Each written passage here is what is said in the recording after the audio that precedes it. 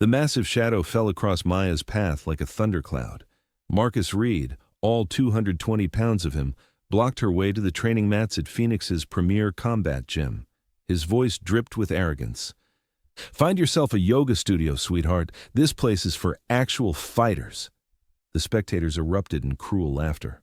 Someone's phone appeared, ready to capture another humiliating moment for the quiet woman who'd been training here for months. Marcus flexed theatrically, playing to his audience like a peacock. Maya remained perfectly still. Her weathered hands hung relaxed at her sides, but something flickered in her eyes, a recognition that these people had made a profound miscalculation. Her sleeve shifted briefly, revealing the edge of a faded military tattoo. They had no idea who they were dealing with. Before we discover what happens next, tell me in the comments, where in the world are you watching from today? And what's one moment when someone totally underestimated you? Maya Rodriguez had spent 38 years letting others underestimate her. Her compact frame and gentle demeanor masked a history that would have shocked the gossiping gym members. She lived simply in a modest Phoenix apartment where medals and commendations stayed hidden in a wooden box at the back of her closet. 8 years had passed since her honorable discharge from U.S. Army Special Forces. She'd been among the first women to complete their brutal training program, earning her place through determination and an iron will her current tormentors couldn't comprehend. Those days seemed like another lifetime now. Her civilian life as a physical therapist provided the quiet purpose she'd sought after leaving the military. Colleagues respected her encyclopedic knowledge of human anatomy and effective treatment methods. What they didn't realize was that her understanding came not just from medical textbooks, but from years of learning precisely how to disable the human body. The transition hadn't been easy. Maya had deliberately buried that part of herself, building something new without the constant pressure of special operations. The unit insignia on her shoulder remained covered, a private reminder of battles fought in places most people would never know existed.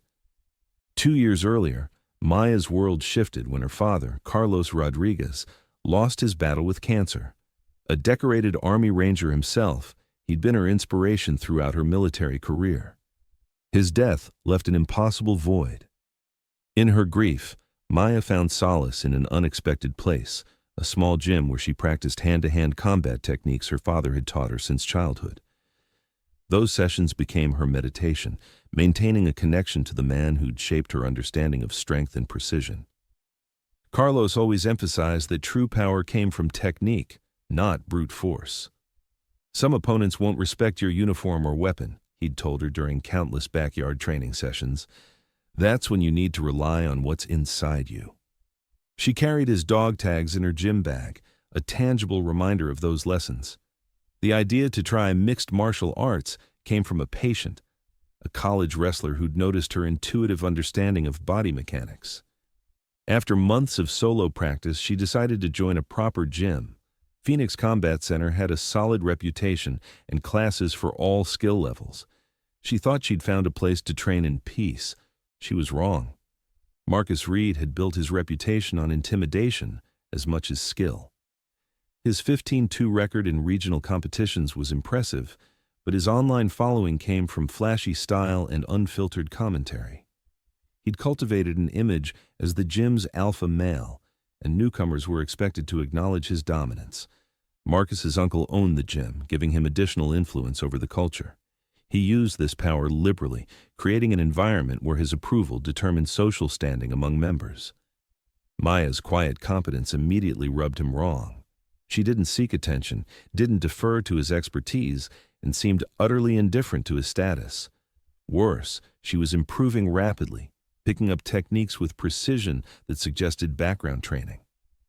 Their first confrontation was subtle but unmistakable. Marcus deliberately bumped into her heavy bag, claiming the space for real training. When Maya moved to leave without argument, he grabbed her water bottle and tossed it across the room. "Nice form for a beginner," he said with obvious condescension, "but this isn't a fitness center. We train serious fighters here." The message was clear. She didn't belong, and he would make sure everyone knew it. What followed was a systematic campaign to drive Maya away. Marcus's friends took their cues from him, either treating her like glass during drills or being unnecessarily rough. In the locker room, she endured whispered comments about her age and build. They called her the mom trying to be cool, despite being only 38, too skinny for this sport. Marcus elevated the harassment to an art form. When Maya signed up for his advanced class, he used her as the demonstration dummy, applying holds with unnecessary force that left bruises. His inner circle created obstacles, hiding her gear, taking reserved equipment, crowding her space. They nicknamed her Grandma, and it caught on throughout the gym. During circuit training, Marcus assigned her impossible exercise variations, setting her up for public failure. "That's all you've got?" he would ask loudly. "Maybe try the senior citizen class next door." The gym's management provided no refuge. When Maya complained to owner Tony Reed, he dismissed her concerns. "That's just how fighters are," he said without looking up. "If you can't handle trash talk, this probably isn't the place for you." The humiliation extended beyond the physical space. Online forums for local MMA enthusiasts met her questions with mockery. Her tournament application was rejected, citing experience requirements that seemed selectively applied. The situation reached a new low when a sports blogger visited for a feature on Phoenix's MMA scene. The resulting article, "Fitness Tourists Invading MMA, a Diluting Problem," included a photo of Maya struggling with a complex move, captured at her most vulnerable moment. The piece went viral within regional fighting circles, accumulating hundreds of mocking comments. Some of Maya's therapy clients saw the article, leading to awkward questions about her professionalism. Through it all, Maya maintained her composure. She showed up consistently, continuing to improve despite the hostile environment. In private moments, she would touch her father's dog tags and remember his advice: let them underestimate you. That's when you have the advantage. The catalyst came after a particularly brutal class where Marcus had singled her out for public criticism. Maya lingered in the empty gym long after others left, moving through combat forms with fluid precision. Her movements were hypnotic, economical, efficient, deadly. Each technique flowed into the next with muscle memory from thousands of hours of practice. She moved like someone who had once depended on these skills for survival. Tony Reed observed from the doorway. His usual brisk demeanor softened. "You're getting pretty good," he said, surprising her with his first direct compliment. "Been watching you these past weeks. You've got unusual discipline for a beginner." "We're having our annual member challenge next month," Tony continued. "Open to all levels. Might be a good opportunity to test yourself." "I'll think about it," she replied, though more public scrutiny held little appeal. Tony nodded and turned to leave, then paused. "My nephew can be intense. The fight game gets into some people's heads. Just so you know, it's not personal." But it had become personal, as Maya discovered when she arrived to find her name already on the challenge registration list. Marcus stood nearby with his entourage, his expression transforming into a predatory smile.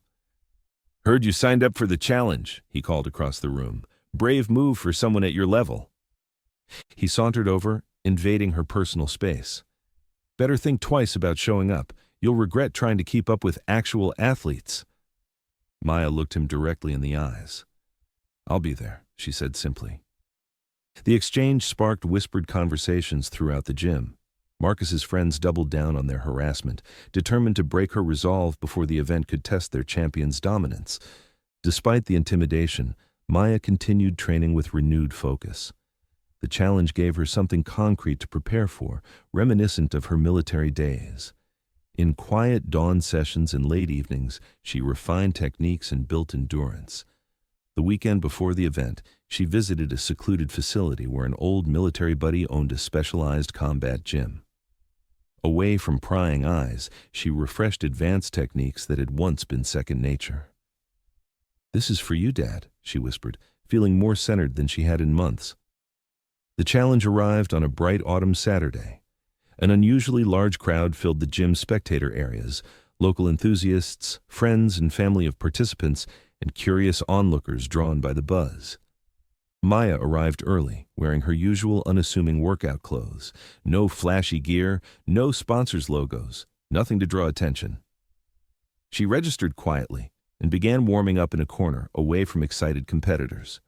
Marcus made his entrance 20 minutes later, surrounded by his entourage and wearing custom gear emblazoned with his personal logo.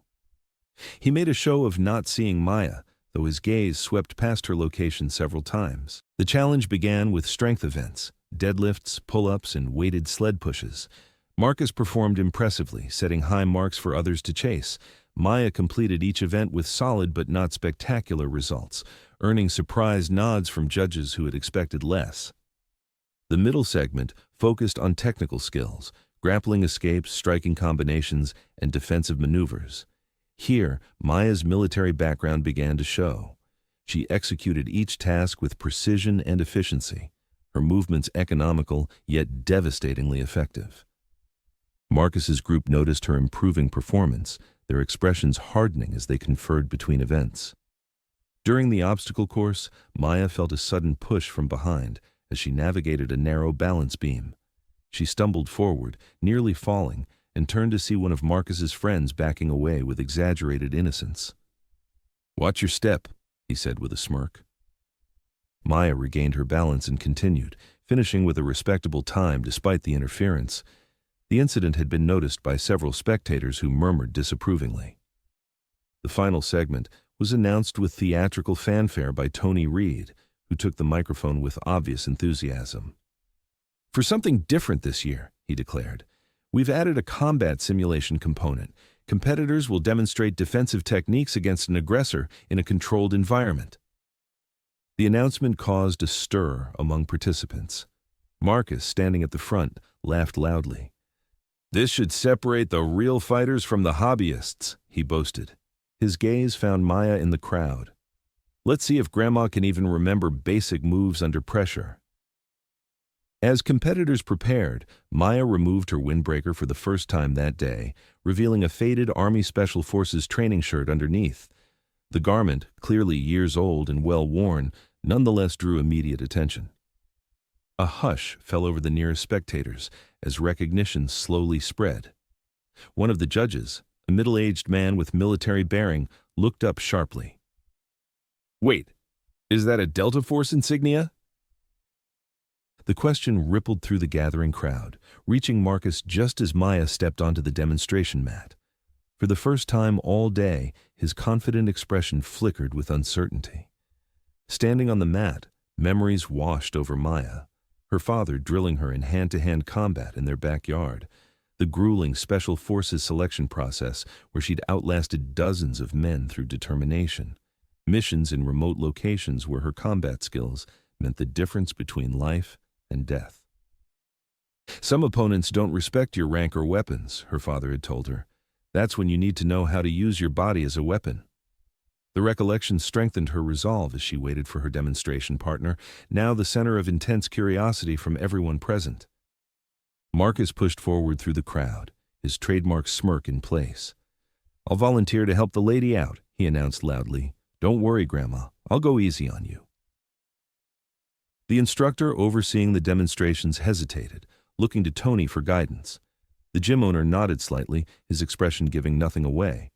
Maya showed no reaction as Marcus took his position opposite her on the mat. The instructor explained they would demonstrate a defense against a frontal attack, with Marcus playing the aggressor. "Just a controlled demonstration," the instructor emphasized, looking meaningfully at Marcus.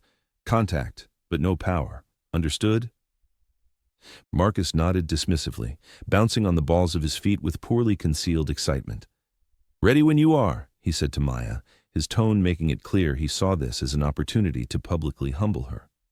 Maya stood relaxed but alert, her stance deceptively casual to the untrained eye, but instantly recognizable to anyone with combat experience as a position of maximum readiness. The instructor signaled for them to begin, and Marcus moved forward with more speed and aggression than the demonstration required, clearly hoping to overwhelm her with his size and strength. What happened next occurred so quickly that many spectators would later disagree about the exact sequence of events. Maya sidestepped slightly, her left hand deflecting Marcus's reaching arm while her right struck a precise point at the junction of his neck and shoulder. Simultaneously, her foot swept behind his ankle as she used his forward momentum against him. Marcus's 220-pound frame suddenly pitched forward and down, his balance completely compromised. He hit the mat with a solid thud that echoed across the suddenly silent gym, his body momentarily limp from the perfect nerve strike to his brachial plexus. For several heartbeats, no one moved or spoke. Marcus lay on the mat, stunned by the precision of the strike.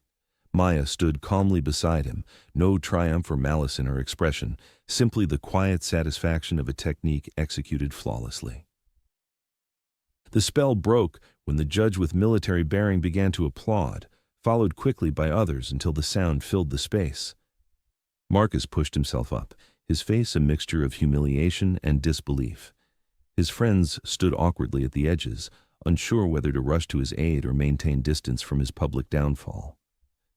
"That's what we call a one-strike incapacitation technique," Maya explained to the crowd, her voice carrying the practiced tone of an instructor. "It doesn't rely on strength, but on precise knowledge of the body's vulnerable points and leverage. Anyone, regardless of size, can execute it with proper training." The crowd's reactions swelled again as people realized they had witnessed something extraordinary.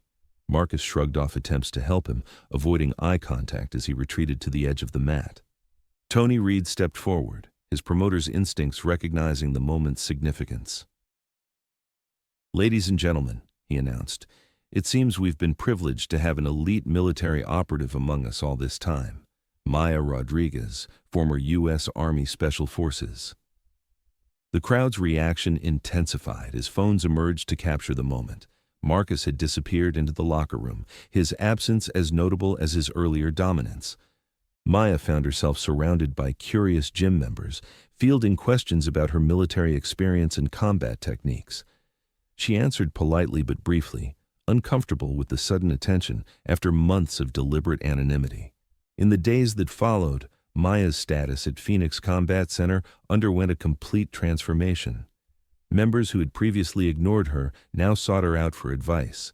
Women at the gym specifically approached her after classes, sharing their own stories of intimidation and asking for guidance. The local sports blog that had featured her so unfavorably now reached out for an exclusive interview.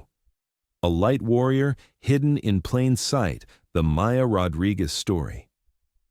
Tony Reed offered her a free lifetime membership and a position teaching a women's self-defense course. Marcus's popular online accounts went conspicuously quiet, as comments about being dropped by a woman half his size flooded his posts. Maya found herself at an unexpected crossroads. Private security firms called with lucrative offers, military contacts reached out about training positions, combat sports promoters suggested exhibition opportunities. Paths she had deliberately closed suddenly reopened. After careful consideration, she declined most offers but accepted a limited role at the gym, developing a practical self-defense program focused on real-world applications. Her focus would be on creating a supportive environment for those who felt vulnerable or intimidated. Marcus's absence from the gym lasted nearly 3 weeks.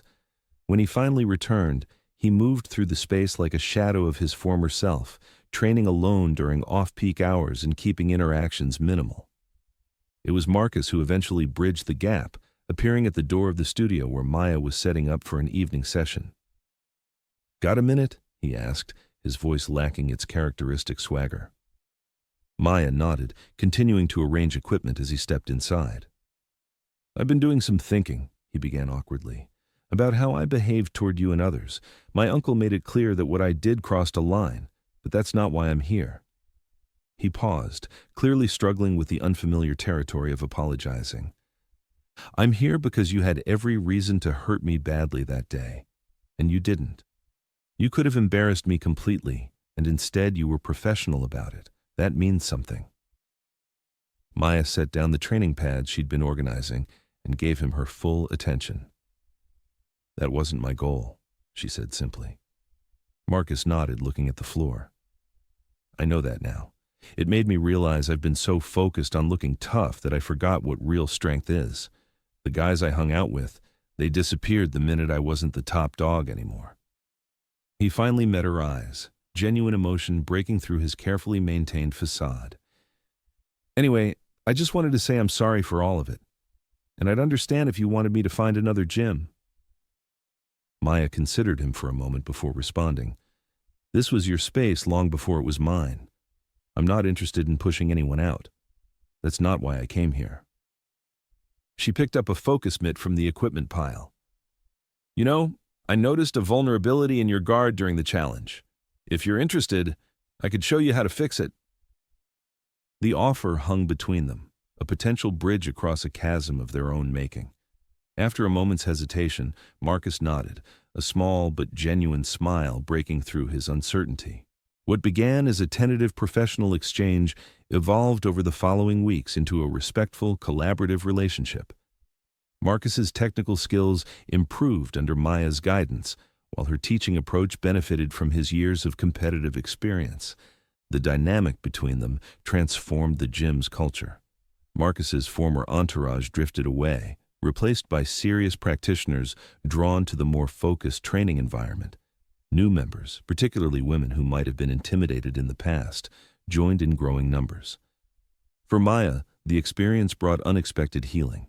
She began wearing her father's dog tags openly, no longer hiding that part of her history. She spoke more freely about her military experience when asked, though never boastfully. 6 months after the fateful challenge, Phoenix Combat Center hosted an exhibition featuring its new comprehensive self-defense program. The event drew attention from local law enforcement, women's groups, and specialized publications interested in practical civilian protection techniques. Maya led the demonstration, her confidence and expertise evident in every movement as she guided a diverse group of students through realistic scenarios.